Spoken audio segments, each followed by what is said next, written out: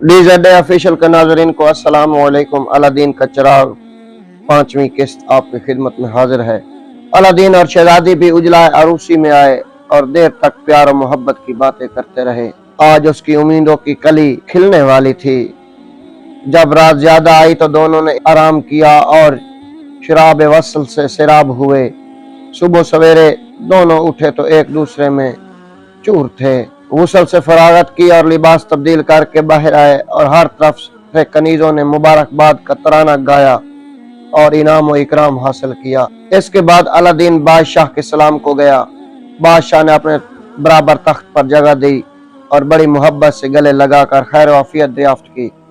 Aladdin ने दस्तबस्त अर्ज किया, आज आप और कल उमरा, वज़रा और तमाम अहले शहर मेरे गरीब खाने पर खाना तनावल फरमाकर मेरी इज्जत अफजाई फरमाइए। बादशाह ने उसकी दावत मंजूर कर ली और उसी वक्त तमाम शहर में ऐलान करा दिया कि हर अमीर और गरीब, बूढ़े बच्चे, जवान, मर्द, औरत की दावत शहजादे अलादीन के यहाँ है। सब महल पर आकर खाना खाएं। बादशाह खुद माँ अयान और दौलत अलादीन के कसर की सिमत रवाना हुआ। तमाम रास्ते में कलीन बिछाया हुआ था। जब उस पर कदम रखते तो टखनों तक पैर कलीन की रेशमी रोई में उतर जाते थे। जिस वक्त अलादीन और बादशाह कसर में पहुंचे तो तमाम खुद्दाम इस्तकबाल के लिए दरवाजे पर मौजूद थे। कनीजों के हुस्न आलम आशूब का ये आलम था कि बहुत से उमरा उनके तीर नजर के घायल हो गए। अलादीन ने बादशाह को तमाम अंदरूनी मनाजिर दिखलाए। हाजरीन हैरत इस्तजाब से मिसल तस्वीर खामोश और मबहूत थे। ज़र्रो जवाहर की वो अफराद थी कि मालूम होता था कि उनकी कोई कदर व कीमत ही नहीं। बारादरी की सजावट का ये आलम था कि मालूम होता था कान सदा जवाहर है। सामने नीचे वो बाग था जिस पर जन्नत शदाद का धोखा होता था। हर तरफ सब्जे मखमलें, फर्श जगह जगह कमर महबूब की तरह बल खाती हुई, नहरे चश्मे माशूक की तरह मुसन्नफ और मुनज़्ज़ा हौज़ व वस्त में फुआरा इस तरह चल रहा था गोया बाग की रनाई और ज़ेबाई पर गौहर नायाब लुटा रहा है। वजीर ने बादशाह के कान में कहा कि हजूर, ये इंसानी काम नहीं, मुझे तो शहर का कारखाना मालूम होता है। खुदा इंजाम बखैर करे। बादशाह शहजादी से सब हाल दरियाफ्त कर चुका था कि अलादीन के कब्जे में जिन है, वो एक बाकमाल शख्स है। इसलिए उसने वजीर को झिड़क दिया, तुम फजूल बकवास क्यों करते हो? सारा महल देखने के बाद बादशाह ने पूछा कि कल अमारत मुकम्मल और मरसा है, लेकिन ये एक अरफा सादा क्यों रह गया? अलादीन ने अर्ज किया कि दानिस्ता छोड़ा गया ताकि इसे आप मुकम्मल करा दें और इस तरह आपके मुबारक हाथों की बदौलत ये कसर मुकम्मल हो जाए। बादशाह इसकी सआदतमंदी से खुश हुआ और उसी वक्त हुक्म दिया कि कल सना इकट्ठे किए जाएं ताकि इस गुरफे को मुज़य्यन किए रहें। चुनाचा सब कारीगर जमा हुए। बादशाह ने जवाहरात फराम कर दिए। एक माह तक काम होता रहा, लेकिन हमारे जवाहरात खत्म हो जाने के बाद भी वो गुरफा मुकम्मल ना हो सका। बादशाह बहुत नादम हुआ कि मैं एक गुरफा भी अपनी सारी पूंजी लगाकर मुकम्मल न कर सका। अलादीन ने वो कुल जवाहरात उखड़वा कर वापस खजाने में भेज दिए और चिराग के जिन को बुलाकर गुरफा मुकम्मल करने को कहा। अलादीन शहजादी बदर के साथ अपने महल में ऐश व इशरत से जिंदगी बसर करने लगा। कभी सैर शिकार को जाता, कभी अपने कसर में महफिल से जाता। पैकन शहर में कोई ऐसा शख्स न था जिसके साथ अलादीन ने फ्याजी या सलूकी न किया। हर रोज गरीबों के घर जाता और उनकी इमदाद करता। मुसीबत ज़दों के दुख तकलीफ में काम आता। शहर में बहुत से शफाखाने मरीजों के मुफ्त इलाज के लिए खोल दिए। कई जगह लंगर जारी किए।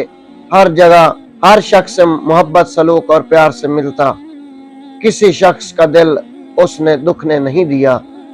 गुज़ार में सिर्फ बादशाह का दामाद था, बादशाह नहीं, लेकिन अवाम के दिलों पर अलादीन की हुकूमत थी। जब लोग उसका नाम सुनते तो उनके दिल उसकी अजमत और मोहब्बत से लबरेज हो जाते। सारे पैकन शहर में एक शख्स भी ऐसा न था जो उससे जरा सी भी नफरत रखता। उसकी दाद और दहश का सिलसिला लामुतनाही जारी था और अवाम इसका वजूद रहमत खुदावंदी समझते थे। इन्हीं दिनों इत्तफाकन एक दुश्मन ने मुल्क पर हमला कर दिया। अलादीन खुद फौज लेकर बढ़ा और बगैर फौज लेकिन दरअसल अपने चिराग की मदद से दुश्मन को पमाल करके निकाल दिया। اب لوگ اس کی جرات اور بہادری کے بھی گن گانے لگے۔ اس وقت یہ عالم تھا کہ اگر الادین حکم دیتا تو لوگ آگ میں کودنے کو بھی تیار تھے۔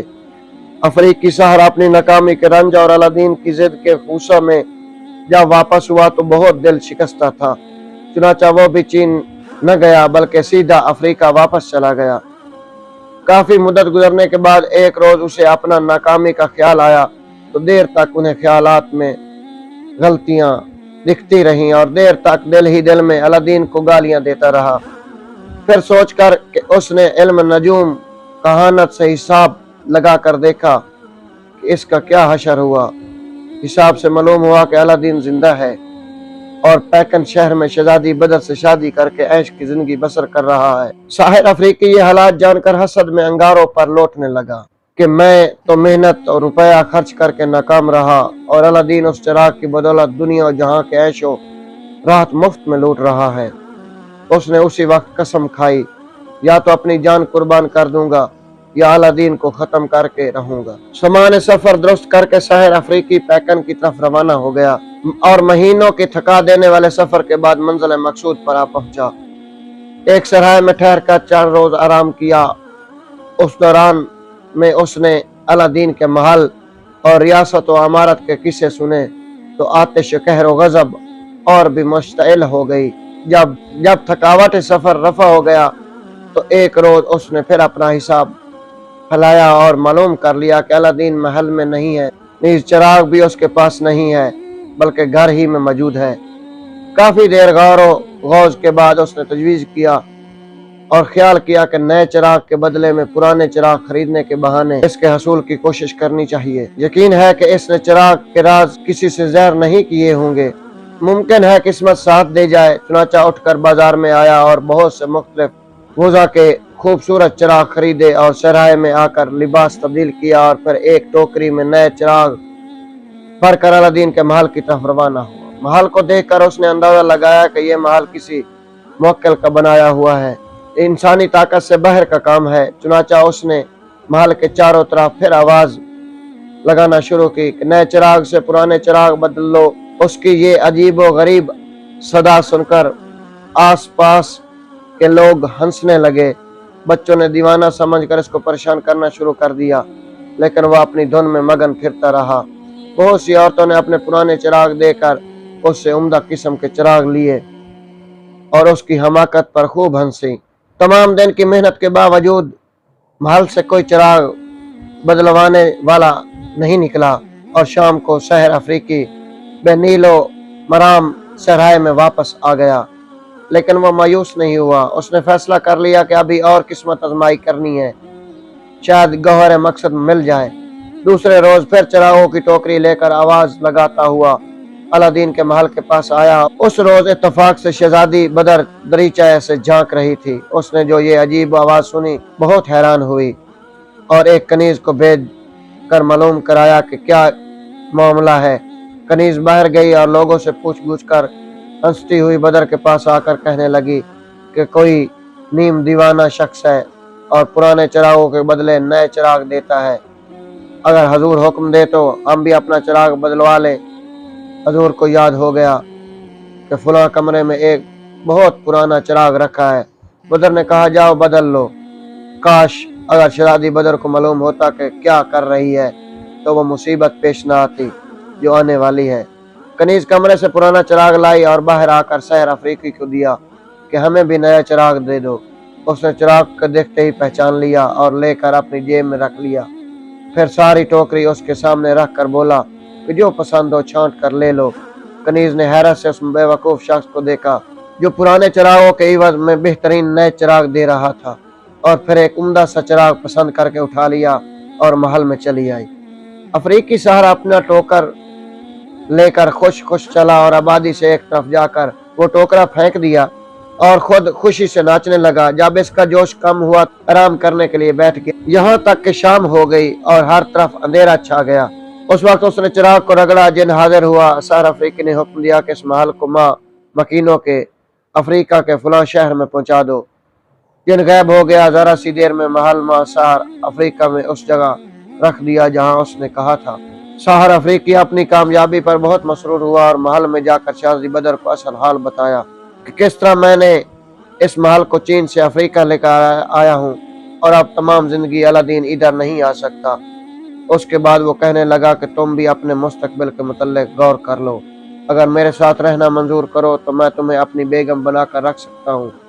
शहजादी बदर उन हालात को सुनकर बहुत रोई और इतनी पशेमान हुई कि शायद खुदकशी कर ले, लेकिन उसकी चंद खासों ने समझाया कि हुजूर, चिराग बदलने की गलती नादानी में हो गई। अब सब्र कीजिए और अपना मामला खुदा के सुपुर्द कर दीजिए, वो जरूर आपकी हालत पर रहम फरमाएगा।